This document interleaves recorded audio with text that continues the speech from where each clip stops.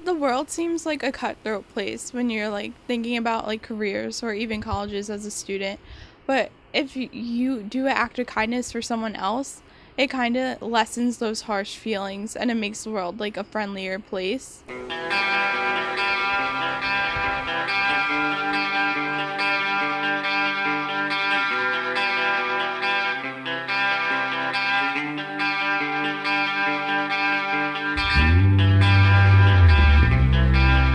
I think that giving back means that, first of all, you recognize that you've been given something by a person, by a community, and then you realize that you want to reciprocate. You want to give back in the spirit of what you have been given, and you want to pass that on, either probably back to the community that has given that gift to you.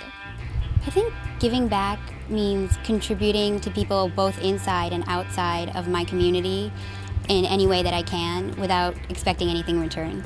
There's this story that a friend of mine told me. She went to a supermarket and her mother realized she didn't have her wallet, and someone else who was behind them in line offered to pay for their groceries, and they did. And now she's looking for a time where she can repay what that person has done and do it for someone else. It's also important to be inspired by the notion of giving and then applying that to something else that hasn't affected you yet, but that you just want to help in general.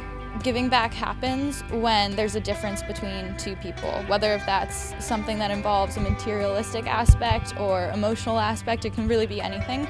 So I think that giving back is important because it sort of bridges that difference between two people. So I mentor 7th grade girls.